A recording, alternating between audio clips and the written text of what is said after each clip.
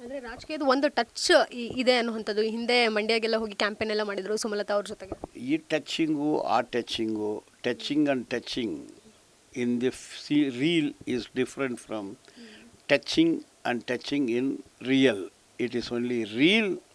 ಕರ್ನಾಟಕ ಜನರಿಗೆ ರೀಲ್ ಅಂದರೆ ಏನು, ರಿಯಲ್ ಅಂದರೆ ಏನಂದು ಗೊತ್ತಿದೆ.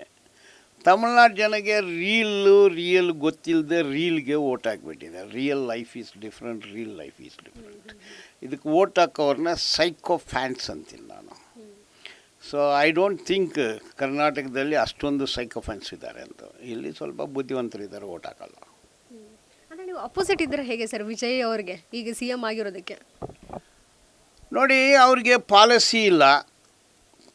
ಅವ್ರಿಗೇನು ಒಂದು ಮನುಷ್ಯ ರಾಜ್ಯಕ್ಕೆ ಬಂದಿದ್ದಾನೆ, 200 ಕೋಟಿ ರೂಪಾಯಿ ಬಂಗ್ಲೆ,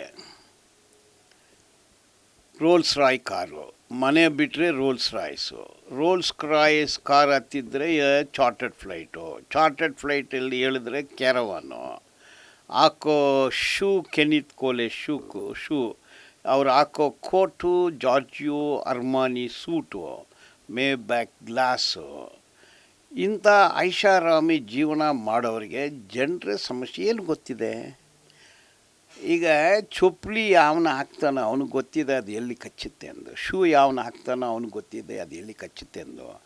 ಬಡ ಜನ 10,000 ಕೂಲಿ, 8,000 ಕೂಲಿ, 12,000 ಕೂಲಿ, ಇದರಲ್ಲಿ ಹೆಂಗೆ ಬದುಕ್ತಾರೆ ಅಂದರೆ ಗೊತ್ತಿಲ್ಲ. ಈಗ ಬಂದು ಜೋಸಫ್, ವಿಜಯ್, ಜಯಲಲಿತಾ, MGR ಏನು ಮಾಡಿದ್ರು ಅವರು? ಇಡೀ ಸಮಾಜವನ್ನು ನಾಶಪಡಿಸಿದ್ರು. MGR ಕಾಲದಲ್ಲಿ ಲ್ಯಾಂಡ್ಸು ನೂರಾರು ಕೋಟಿ ರೂಪಾಯಿ ಜಮೀನುಗಳನ್ನು ನಟ ನಟಿಯರಿಗೆ ಸುಮ್ಮನೆ ಕೊಟ್ಬಿಟ್ರು. ಎಲ್ಲ ಖಾಸಗೀಕರಣ ಮಾಡಿದರು. ಆಸ್ಪತ್ರೆ ಖಾಸಗೀಕರಣ ಆಯಿತು, ವಿದ್ಯಾಭ್ಯಾಸ ಖಾಸಗೀಕರಣ ಆಯಿತು, ಎಲ್ಲ ಫ್ಯಾಕ್ಟ್ರಿ ಮುಚ್ಚಿದ್ರು. ಕೆಲಸ ಇಲ್ಲ, ಊಟ ಇಲ್ಲದೆ ಸಾಯ್ತಾ ಇದ್ದಾರೆ. TB ಕಾಯಿಲೆದಲ್ಲಿ ಸಾಯ್ತಾ ಇರೋ ಹಾಸ್ಪಿಟ್ಲ್. ಇವ್ರಿಗೆ ಏನು ಗೊತ್ತಿರುತ್ತೆ ನಟ ನಟಿಯರಿಗೆ? ಅಂದರೆ ಸರ್ ಈಗ ಸಿನಿಮಾ ಸ್ಟಾರ್ಸ್ ರಾಜಕೀಯಕ್ಕೆ ಬಂದರೆ ಉದ್ಧಾರ ಆಗಲ್ಲ ಅಂತ ಹೇಳ್ತಾ ಇದ್ದೀರಾ? ಸಾಧ್ಯನೇ ಇಲ್ಲ. ನಿನಗೆ ಏನು ಪಾಲಿಸಿ ನಿಂದು? ನೀನು ಸಮಾಜಕ್ಕೆ ಏನು ಕೆಲಸ ಮಾಡಿದ್ರ? ರಾಜಕೀಯ ಅಂದರೆ ಸಮಾಜ ಅಂದರೆ ಜನರಂದರೆ ದುಡಿಯುವ ವರ್ಗದರು, ದೇಶವನ್ನು ಕಟ್ಟಿರೋರು.